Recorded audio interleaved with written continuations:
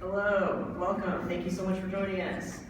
My name is Dr. Aiden Hirschfield, and my pronouns are he, him, or they, them. And I'm here to talk to you about how the gender diverse community creates, quote, safer spaces, because we can never, claim that all spaces are safe, and how they thrive online. Perfect.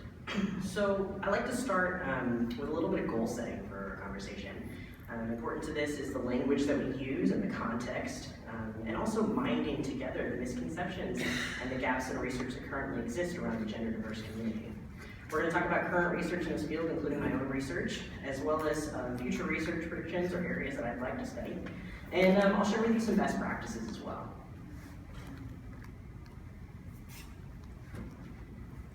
All right, we'll jump right in. So language. In all the presentations and trainings that I've done around the country, I've really learned that we can't begin to speak on this topic until we can share a common language about what gender diversity is and what gender diverse people are and how they identify. And so obviously the first step is, what is gender identity? And it refers to a person's sense of self regarding their own gender or lack thereof. There are people who identify as agender outside the spectrum of gender identity. And this is different than expression, which is how a person presents themselves to the world in their clothing and the way they look. And this is also different from perception. Perception is about the way you see people and the way you identify others. And it's not about you, this is about people's personal identities. And one of the phrases that I like to remind people of is, and it's a great way of remembering this, is that this is very different and not to be confused in any way with sexual orientation, right? So great way to remember is that sex is between the legs and gender is between the ears. One is medical terminology and the other is a social construct. So keeping that in mind when we're thinking about this. Now, talking about gender diverse people, what does that mean to be gender diverse? And I really come back to these three main identities, which are transgender, non-binary, and gender non-conforming. And these refer to people whose gender identity does not align with their assigned sex at birth. And it's really for those whose identity doesn't align with male or female, or who experience gender as this fluid spectrum. And I like to talk about friends of mine who really express their gender identity as being a moving target. People who wake up one day feeling more masculine and the next more feminine. And so there really is a lot of androgyny and fluidity when we're talking about these things. And I think language, I have to start here, it's so important because it's something that I have grappled with in my own research. We really have to consider the impact that this language not only has on our participants, but the populations who we're serving by representing them in our work. So we have to mind the misconceptions that already exist. And speaking of misconceptions, gender diverse people are constantly faced with social expectations of gender expression that align with traditional cultural displays of masculinity and femininity, similar to the expectation that all transgender people desire to be either male or female. And really this pressure to align with social expectations places many individuals at odds with their sense of self and their ability to live authentic lives. Now in 2015, it's often cited as the transgender tipping point, in which representation of the gender diverse community was really amplified by the coming out of Caitlyn Jenner, as well as the Supreme Court's ruling on gay marriage. And truly, really so much has changed since then, and I really see this as a pivot point for research as really more inclusivity and is expected and demanded in our work. But I really see these misconceptions everywhere. I see them in media, I still see them in research, and I really have to explain why that's such a serious concern.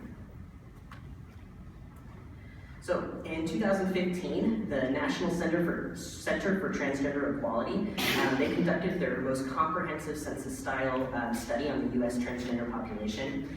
They found that more than 1/3 of their respondents indicated that gender identity was best described as non-binary or genderqueer, meaning that more than 1 in 3 people in the US currently do or have in the past identified as multiple identities. And I would argue that this number would be higher if we studied it today, because I'm one of those individuals who identifies as transgender, non-binary, and male simultaneously. And this has been further confirmed in my own research and on the gender diverse community where individuals really self-identify with multiple terms on social media. And I'll get into that in a little bit. So we could really spend the entire symposium just talking about this issue and how language and misconceptions are important, because really this is the foundation of the core of the issue that we're talking about now. And it is important that we remember that the role that identity validation and affirmation plays in the development and well-being of gender diverse individuals, especially the community. And that's especially for individuals who are completely isolated in their home environments or are actively harassed for their expression. And we have to accept that most of the research now on gender can't apply to the gender diverse community because their experience is so unique and little understood. Even the research within the last decade on transgender and on the transsexual community needs to be re-examined. Something that I often encounter in my research was a focus on gender dualism, this expectation that individuals sought either maleness or femaleness.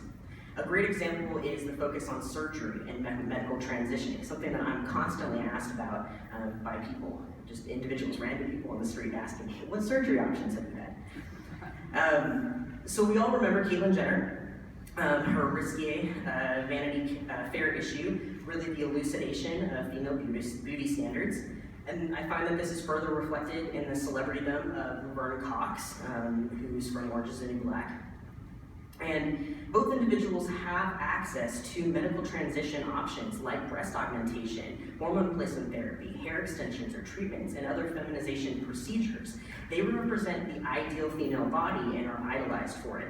We must keep in mind that not all gender diverse individuals seek to medical transition options or surgery options. They still seek or desire it. Many people don't. And we can compare these examples to the recent coming out of Netflix's Queer Eye star, Jonathan Van Ness, as non-binary. They represent that 35% of individuals who identify along the gender non-conforming spectrum. Same with Alok Menon, a famous poet, performer, and Instagram personality who describes their identity as trans-feminine and gender non-conforming. Jonathan and Alok collectively reach more than 4 million individuals on Instagram. And they represent the role that Instagram alone plays in giving gender diverse individuals access to unique and authentic presentations of gender. Now, why am I spending so much time on this? So, recent research has shown that to compensate for the lack of representation in mass forms of media, gender-variant individuals use emerging media, like social media, to explore and validate their identities. A 2016 study by Kaseko, Hurley, and Bond found that they use media to make sense of their identity, create a shared meaning of their identities and experiences, explore gender presentation and expression, construct and support community development, including the formation of common language and definitions, to facilitate difficult conversations that could otherwise be considered dangerous in face-to-face situations. And why this is important is because when we look at psychological concepts like body image, we find that social networking sites like Instagram can offer safer environments for gender diverse individuals to explore and validate their identities. Environments that encourage gender exploration and affirm non-binary identities can really take the pressure off of individuals to conform to gender standards and potentially foster more positive body image, something that I found in my research. So moving on to current research, my dissertation study was titled Using Instagram and Selfies to Explore Body Image in Gender Diverse Individuals. And the purpose of this was to explore the use of Instagram selfies posted by gender diverse individuals in relation to body image, gender identity, and expression. And so I looked at 500 Instagram selfies using 4 community hashtags. And then I developed a code book, a body image code book, and I conducted a content analysis on the accompanying text for themes related to body image and identity. And I found some interesting things, thankfully. I found that Instagram posts analyzed in this research showed a tendency for individuals to express the feeling of self-acceptance, especially in relation to body modification tools and behaviors. This included posts that described situations which allowed gender diverse individuals to modify their physical appearance using non-medical tools, such as hair, makeup, clothes. And these findings are consistent with research that McGuire and Company did that links body modification practices to self-acceptance, coping, and resiliency.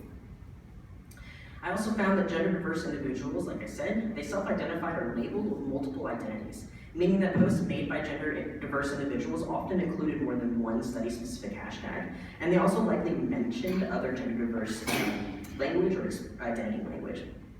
So I argue that this could really be a reflection of a broader movement within the gender diverse community to really embracing androgyny over fixed labels.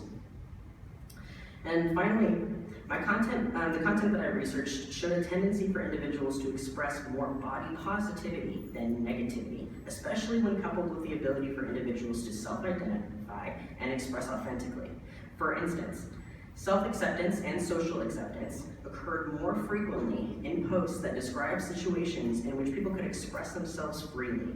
And contrary to previous research on body dissatisfaction and dysphoria in the gender diverse populations, this research posits that body modification can co-occur with self-acceptance without the assumption of appearance congruence, meaning that not all gender diverse people experience these feelings of body negativity or dissociation or dysphoria.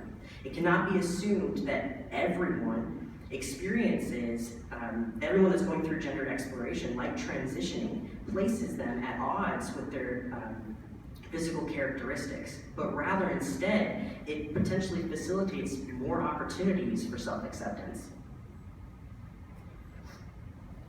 And finally, some closing notes for you.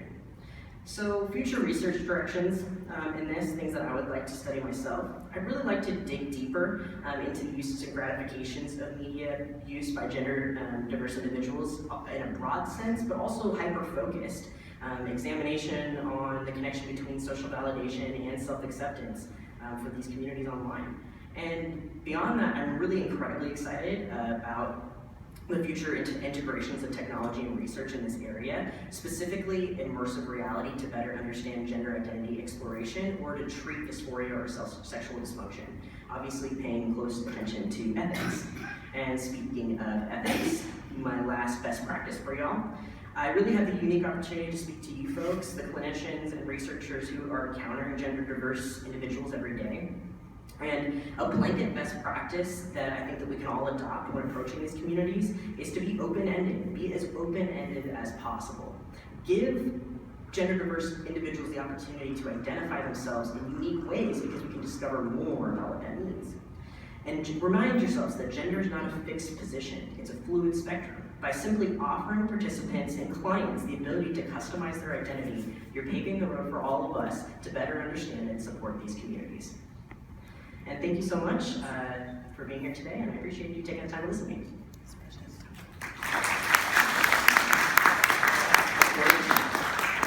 To Dr. Melanie. All right, thank you so much.